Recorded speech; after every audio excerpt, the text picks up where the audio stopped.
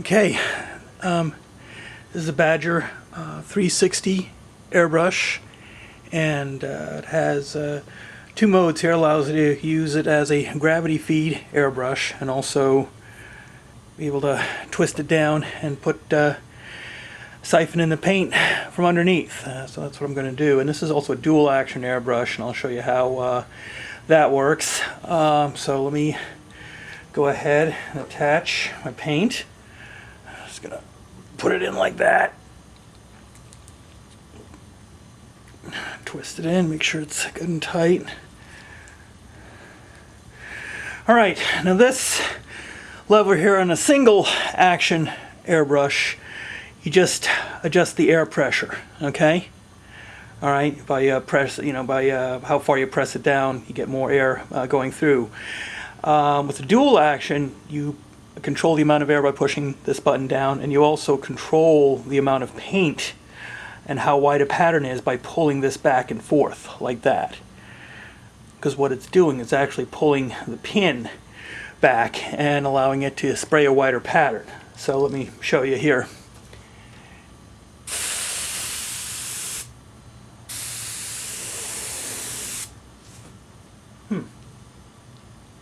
Okay, well.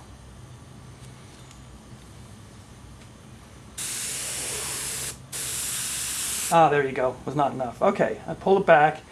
Now watch what happens when I spray across and then pull back on the lever here.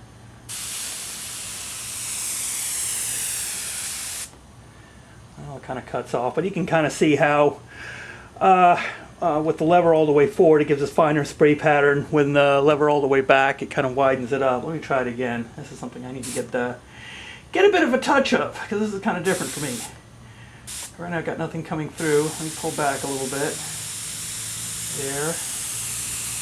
More. There. You can see it a lot better that way.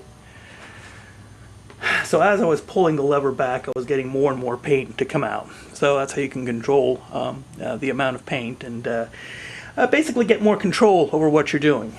And yeah, as you can see, I screwed up there. So it kind of gives you an idea of... and you can also adjust the default position of the needle going through. So in other words, you can turn this little wheel here and pull the needle back. That loosens it up. Pull the needle back so you get your default airflow position. Get a little bit more paint going through. So with this all the way forward, I had absolutely nothing coming through. Let's try this again. Okay, that's more like it. See, I've got this nice little coat here. And so I can increase it by pulling back on the lever, like that. So that's the kind of control you can get with a dual action airbrush. And I'm probably just touching the surface here, so there's probably more you can do. And this is tons to learn and a lot of fun. So anyway, I'm going to go ahead and start spray painting my models. Alright, now I'm set up a little bit better. Okay, let's spray paint that.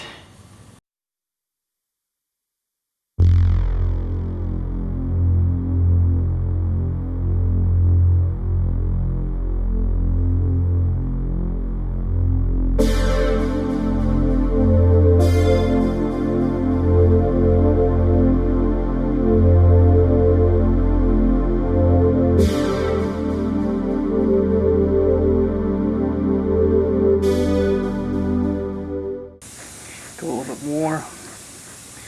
Gotta get used to this because I was... Alright, that's better.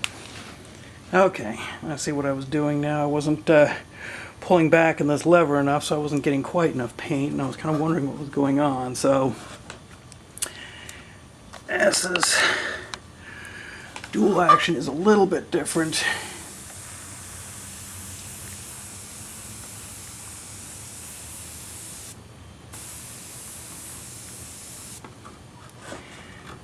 Got to be careful now that I'm getting a little bit more paint not to overdo it when I pull back in this lever. So okay, that's a bit more like it. Yeah, I was wondering why I was a little seemed a little bit starved on paint. I'll pull back in the lever, it gives me more paint. Once I go through, we spray in a wider pattern. Alright. That makes a little more sense. Here, give this a little shot back here. Ah, yeah, much better. Okay. Alright. Okay, I think we're in good shape for that. Alright, move this off to the side. And we'll give this one a shot.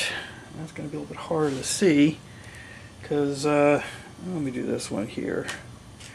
Should be able to see this one okay.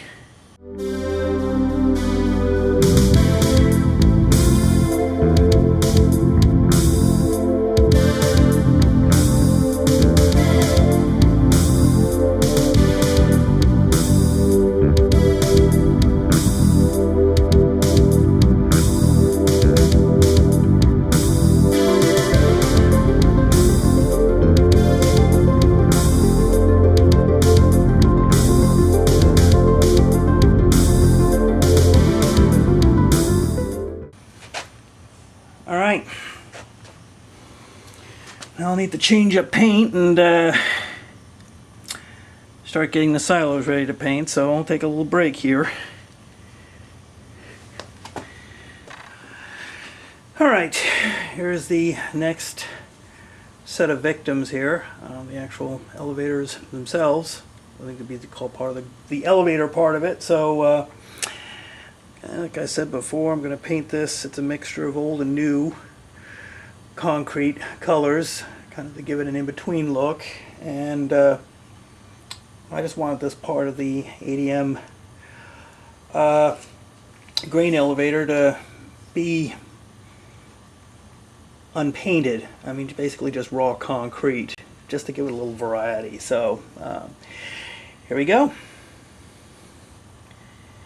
Actually, I think it would be better if I turn this upside down like that, and I can more easily maneuver it from the bottom. And then when this is dry, I can flip it over and paint it the top. Yeah, that'll work better.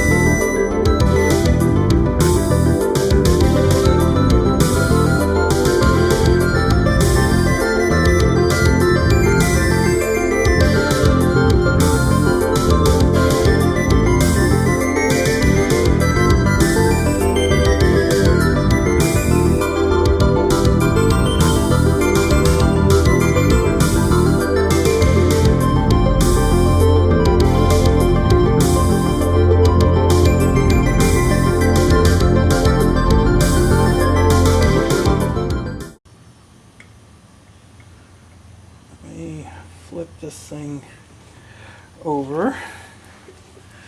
I'll stop doing the top. There. That'll just be a straight shot down.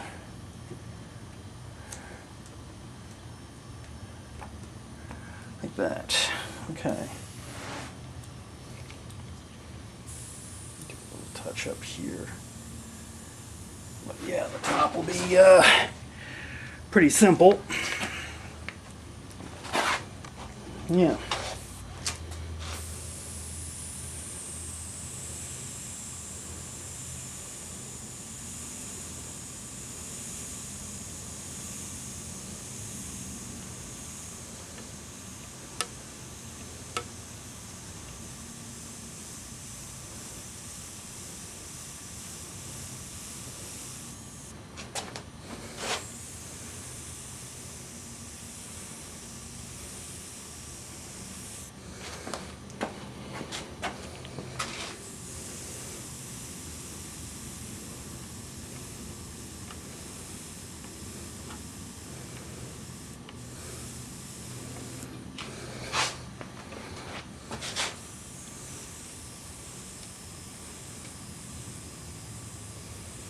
And I think that's it.